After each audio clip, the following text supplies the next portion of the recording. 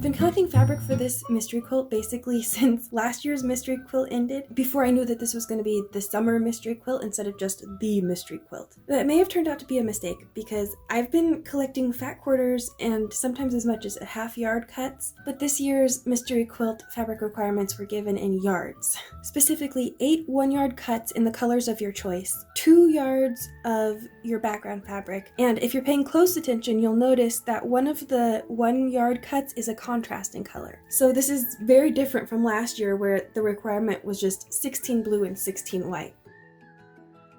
But I'm not going to let all of this stashing go to waste. I'm going to carry on with my fabric choices, and I'm going to hope that these many various prints don't distract from the overall quilt design. I'm a little worried about this because I don't think Edita would simplify her color palette so much without a good reason. I have roughly 7 yards of navies and teals and aquas and, all of this. I have 2 yards of background in whites and grays. And luckily, I recently got a 27-piece Ruby Star Society fabric bundle from Fat Quarter Shop's flash sale page. And by the way, I'm obsessed now. I love their flash page. I check it every day. So I'm going to add in these oranges and this pink for my contrasting colors.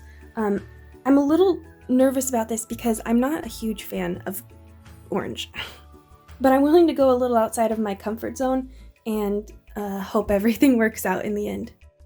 This mystery quilt will be spread over 9 weeks, and the first clue is going to be released on Wednesday, June 1st, over on the Laundry Basket Quilts blog.